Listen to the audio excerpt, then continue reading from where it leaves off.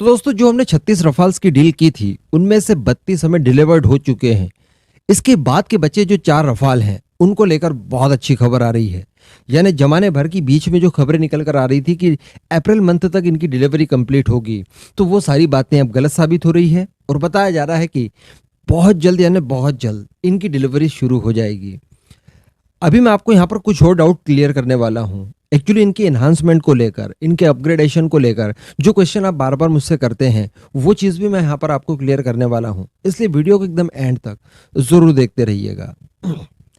देखिए दोस्तों, यहाँ पर मैं आपको बता दूं कि 32 तक की डिलीवरी हमें हो चुकी है, यानी 32 रफाल भारत पहुंच चुके हैं और उन्होंने अपनी सेवाएं शुरू कर दी है इंडियन एयरफोर्स में।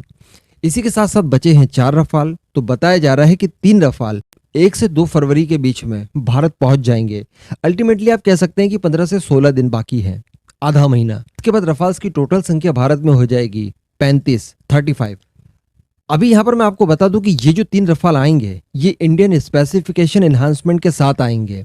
तो कहा जा सकता है कि बाकी के जो 32 रफाल अभी तक भारत आए हैं उनसे कई ज्यादा ताकतवर ये होंगे, क्योंकि भारतीय सेना को और ज्यादा ताकतवर रफाल चाहिए थे। इसलिए हमने कुछ एडिशनल चीजें इसमें या फिर एडिशनल ताकत इसमें डलवाई है।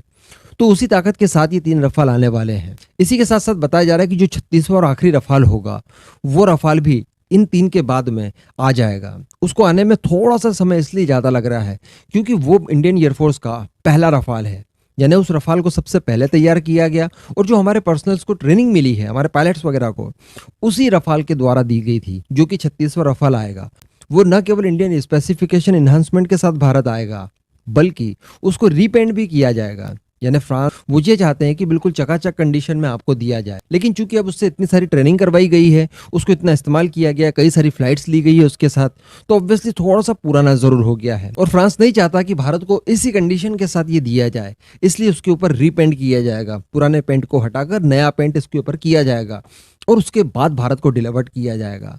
तो कहा जा सकता है कि वो भी फरवरी के एंड से पहले ही भारत पहुंच जाएगा।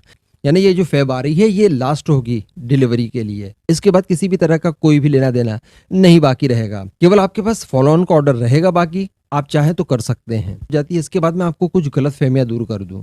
एक्चुअली हर रोज लगभग 1 से 2 कमेंट आते हैं, मैं कई लोगों को रिप्लाई भी कर देता हूं, लेकिन ज्यादातर लोगों के कमेंट ये आते हैं कि भाई रफाल तो इतने नए हैं, इनमें ऐसी क्या प्रॉब्लम आ गई कि इनको अपग्रेड करने की जरूरत पड़ी, यानी क्यों इन्हें अपग्रेड किया जा रहा है। मैं आपको बता दूं कि 4 रफाल तो ऑलरेडी फ्रांस से अपग्रेड होकर आए हैं या फिर इन्हांसमेंट उनका करके दिया गया है फ्रांस के द्वारा, लेकिन बाकी के जो बचे हैं 32 रफाल उनको भारत के अंदर ही अंबाला एयरबेस पर, जहां पर इसके लिए फैसिलिटी सेटअप की गई है, वहां पर इनका इन्हांसमेंट शुरू किया जाएगा। इसके लिए किट आएगी फ्रांस से और यहाँ पर उनका इंटीग्रेशन किया जाएगा।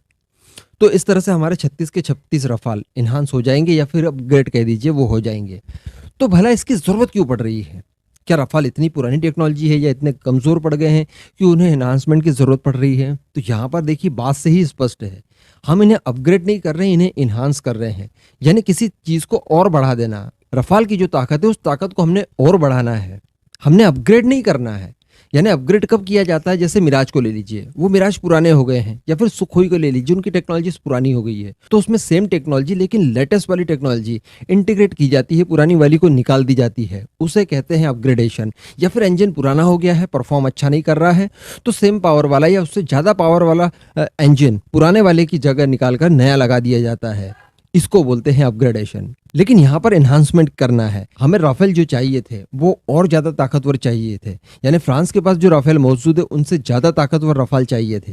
तो ऐसी परिस्थिति में हमने उनको एडिशनल पैसा दिया और एडिशनल खूबियां इसके अंदर डलवाई, तो इसे कहा जाता है एनहांसमेंट। तो हम लोग वही करवा रहे हैं जो हमने डील में पहले ही, खरीदने से पहले ही तय कर लिया था और उसके लिए पेमेंट भी किया था। तो यहाँ पर अब आप क्लियर हो गया होगा कि ये अपग्रेडेशन नहीं है, इन्हांसमेंट है। यानी ताकतवर रफाल को और ज्यादा ताकतवर बनाना है। पुराने बूढ़े रफाल को बाल कलर करके मेहंदी वेंदी लगाकर जवान नहीं बनाना है। अब आप समझ गए होंगे मेरे हिसाब से। अब इसको लेकर कोई भी क्वेश्चन नहीं करेगा।